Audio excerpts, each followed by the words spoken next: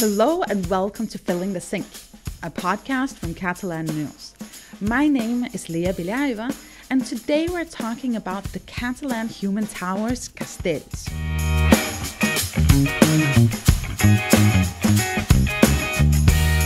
For over 200 years, Catalans have celebrated the sky-reaching tradition of castells, literally castles, when groups of people get together and climb on top of each other to create the highest castle.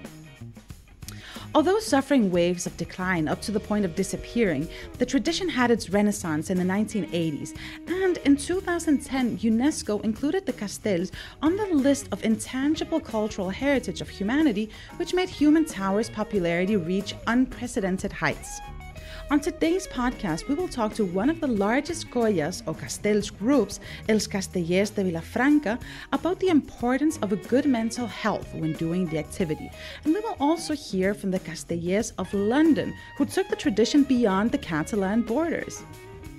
I'm joined today by Oriol Escudé. Welcome back, Oriol. Hello, hi Lea. Great to have you back. Great to be back. So I guess many of our listeners have seen the Castells in person during a celebration in Catalonia, or at least on a photo or in a video. But for those who don't know what it is, maybe we can start by describing what it actually is visually. Yeah, the Castells are a traditional cultural activity from Catalonia where participants build a human tower. There's not much to it. The towers are composed of different levels of people basically standing on the shoulders of those below. And usually there's like a huge base of people, then the intermediate levels of the tower, and a small child or a few small children at the top. And when the child reaches the top, it raises their arm. And that signifies that the castell has reached its final level, right? The castell is complete, basically. And that person is called enxaneta. Enxaneta. Which you'll find a very common word in the casteller world, because it's the moment of reaching the top of the castle. It's not the end, though, because then they have to dismantle it, which is very hard to do as well. But it's an epic moment. It is. So basically the purpose is to build the highest tower. And I mentioned before that this tradition had started in the 18th century or over 200 years ago. Yes, it comes actually from Valencia. There was a traditional dance they would do in Valencia called the Mushiganga. And the dance ended with sort of like raising a human tower, very small. And then in the 18th century, this was started to being practiced in Valls, in Tarragona. But Catalan sort of forgot about the dance and only kept the part where they raised a person. And that, with years, evolved into what we today know as human towers. And the main season of Castells runs from San Juan, which means June 24th, to mid-October. But today, actually, Castells are being practiced and erected during Festas Majors, so all year round. And they are also accompanied by a special piece of music called Toc de Castell. So let's have a listen and see what it sounds like.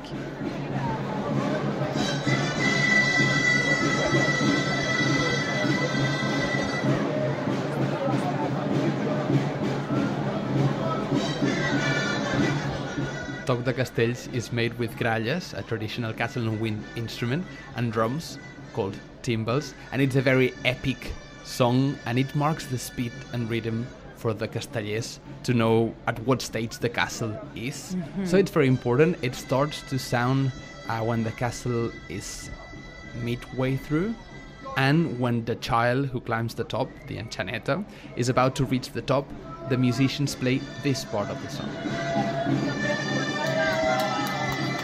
Oh, I really like the song. When you go and see Castells, you really get into the whole feeling when you see it and when they play it, and then when everyone starts clapping, it's a lot of fun. But tell me a little bit about the different parts of the Castells, because they have different names. Yeah, there are basically three main parts. The most important one and the basic one is la pinya, pine cone, the translation. It's the base of the castle, and its function is to support the structure, but also to act as a brake in case of possible falls. Although it might not seem like it, there's a lot of technical things to know to be in the pinya, and they have a specific role and position. So it's a crucial part of the castell. Then we have the trunk, which is made of the intermediate levels of the castle. And then finally, we have el pom de dalt, which is formed by the dosos, aixecador, and enxaneta, which are basically the smallest people in the group, which are usually the kids, and are the ones that top the castle. And these kids who are on the top of the castell, they usually wear helmets because, well, sometimes when you watch castells, they can get a little bit shaky and everyone gets nervous. Will they fall? Will they fall? So I guess it's really important for these kids to wear helmets just to keep them safe, right? Yeah, this was introduced recently, considering how big the history of Castells is, but it was in 2006 where helmets were introduced after a young casteller died.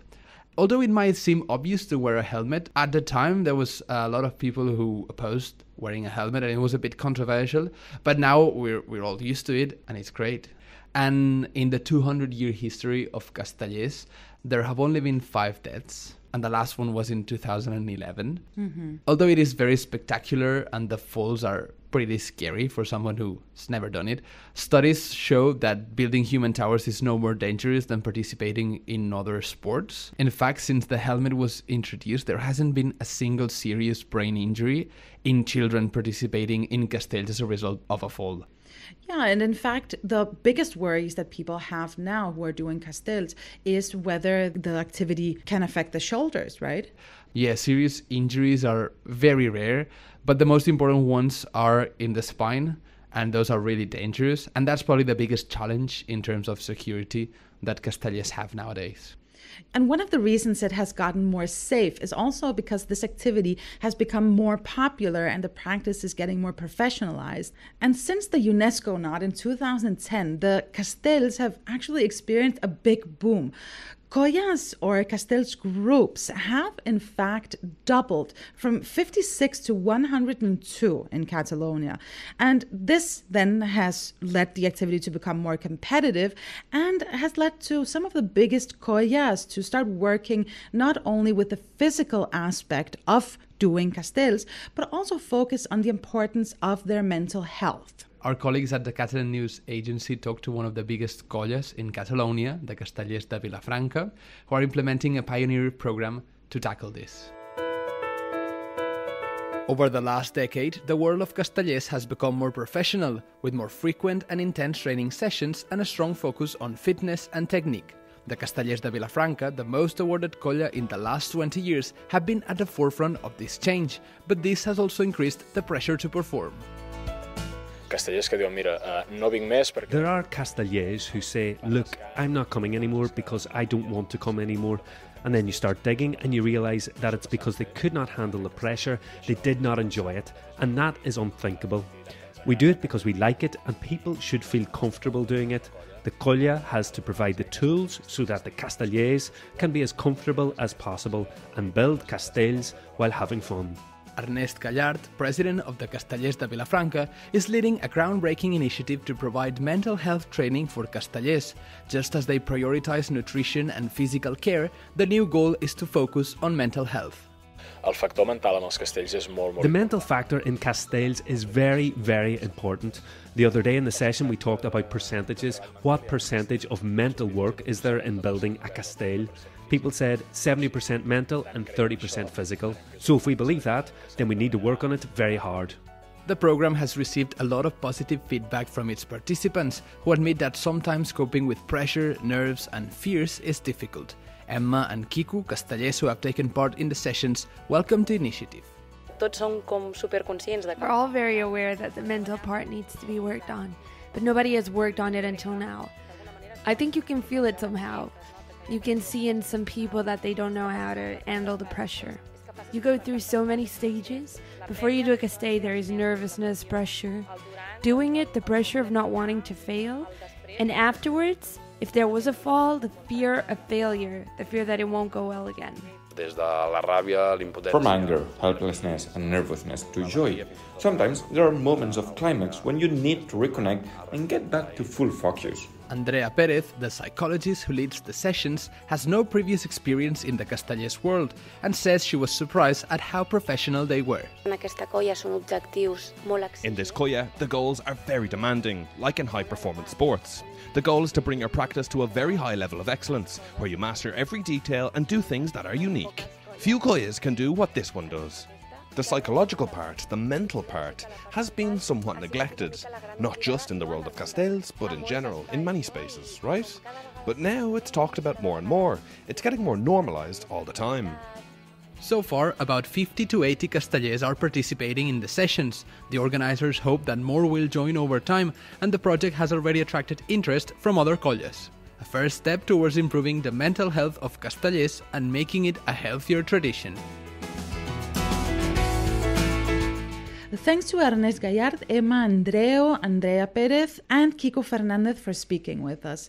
So I find it really incredible that the Vilafranca colla has over 1,000 members, even though not all of them are technically active Castellers, but it's really a lot. Yeah, it's a lot. I think it's around 500 are active. You need to think that they need a lot of people for the pinya, especially if you're doing the biggest castles, which is what Vilafranca does, the most exceptional castles. You need a lot of people supporting that many people going up. In one of the latest castles that the colla did recently in 2023, they had 500 people just in the pinya. Wow. I mean, just imagine that on a square, 500 people just doing the pinya, that is a lot of people. And then if you count the second pinya, the folre, and the castle itself, it's 190 more people apart from the 500 in the pinya. So we're talking about nearly 700 people doing a human tower. What is the weight of that? 12,000 kilos. Wow, that's really a lot. And another person that was actually pretty impressed with what the Vilafranca colla has done was American rapper Travis Scott, because he traveled all the way to Catalonia to film a video for his song Sirens with the Vilafranca colla. And it was a very, very cool video. It came out last year. It was amazing. And there are some really funny anecdotes from that shooting. Apparently, they did this huge castell, and Travis was like, I'm going up. And they told him, no way you're going up. You can't. You need technique to do it. Exactly, you need to know how to. But yeah, it was a beautiful video, and I think it leaves testimony of a great tradition that we have and opens it to the world. So yeah, for sure. Check it out. And tell me, Oriol, are all collas as big as the Vilafranca ones, or are they special? They are special, but there are a few other collas with similar tradition and numbers as the Vilafranca ones. In fact, there are 9 top collas. Those 9 collas are the ones that have managed to do a gamma extra castle, which are the most complicated castles. Okay, gamma extra. Gamma extra, it sounds impressive. And each colla has around 300 and 500 members.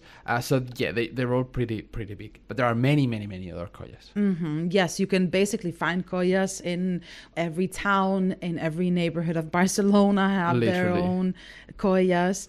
So what makes gamma extra so special? What are we talking about here? Well, these are really, really hard castells to do. From the 10,000 castells that all the colles in Catalonia do every year, only 60 last year were gamma extra. So 0.5%. So it's a really, really exclusive castell. It's very hard. There's a lot of preparation behind it. Last year, the numbers of gamma extra castells were lower than previous years. Usually you would see around 100 castles gamma extra every year.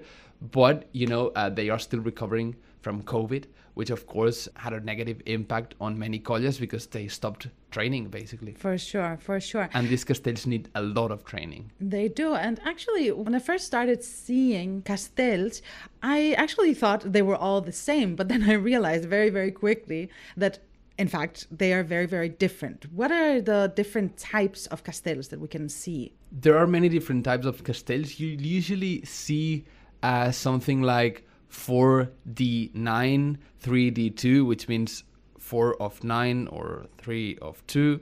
And it's basically the towers, the number of stories, and how many people in each story. So, for example, a 4 of 9 would be 9 stories, and the middle ones in the intermediate section of the castell would have 4 people in each. It sounds kind of complicated, but when you watch it, it makes total sense. It So does. make sure next time you go and see Castells that you count.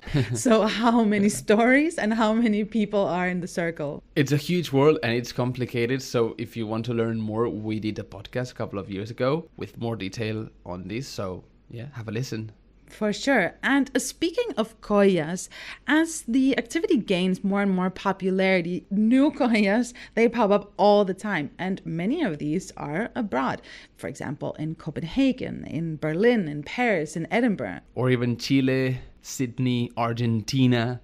And probably the biggest one among the collas abroad is Els Xiquets de Hangzhou, which is a colla in China. Okay, so when we just go over the list of places where they do castells, there are 17 in total, and there's almost a colla on each continent of the world. The only 2 continents that are missing are Antarctica and Africa. And one group that we haven't mentioned yet is the Castellers of London.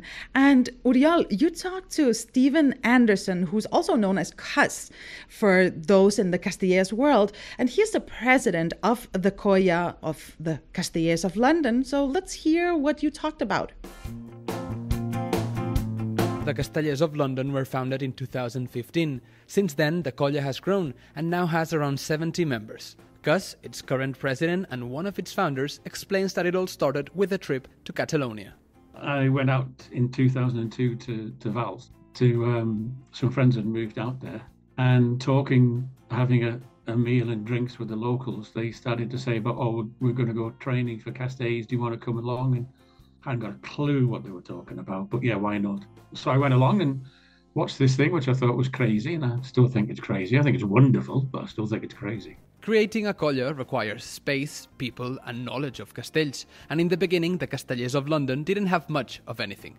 They started as a small group practicing in a park, trying to make the most elementary castells. But soon, everything changed. We got some families along, which for me was one of the key things. Although more important, we had somebody in our group, Jan Crochet, and Jan used to be the captain trunk with Sant Cugat. So we had somebody who knew what he was talking about, and that was the thing. I was like, okay, we've got family and we've got somebody who knows what they're talking about. We can have a serious think about this. To my surprise, they were not all Catalans. In fact, many of them were not, and the colla became a place where cultures came together. And in those early days, we had more non-Catalans who'd been in collas than we had, sort of Catalans. One of the things I really like about Castells is that if you do Castells, you're a casteller. And nobody says the French casteller or the German casteller. You're not subdivided again. It's one of the positive things, about it. We've got Argentinians and we've got people from Morocco, we've got people from Germany and France and places like that, but it never gets mentioned. So I think a lot of Catalans don't realise how many non-Catalans actually take part in collas. Apart from uniting people from all over the world, for Catalans it is an opportunity to connect with their homeland and learn a tradition that many of them had never experienced. Definitely with the Catalans, it's a way of connecting to community. That's a definite thing for people. It's very rare we have a Catalan person who's actually been in a colla.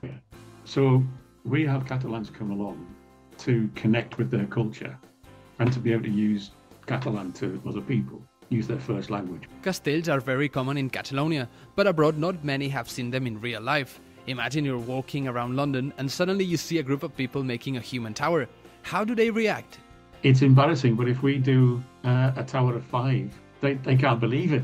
And it's like, yeah, it's only a tower of 5 type of thing. But, they sort of, you get such a reaction from doing, you do a pillar of 3 and people are like, oh, wow, that's amazing. It's like, no, actually, this is just an intro. 4 is what we're going to be doing next. Don't get too excited. But yeah, it's a shock to everybody. Castells are also a shock to insurance companies. In fact, getting insurance in London became a real headache for them. So when you're applying for insurance, we made sure that we sent photos of what we're doing. So some firms said, oh, no, yeah, we can cover you for doing that type of thing. And then they get the photo, oh, no, we can't cover you for that. Oh, no.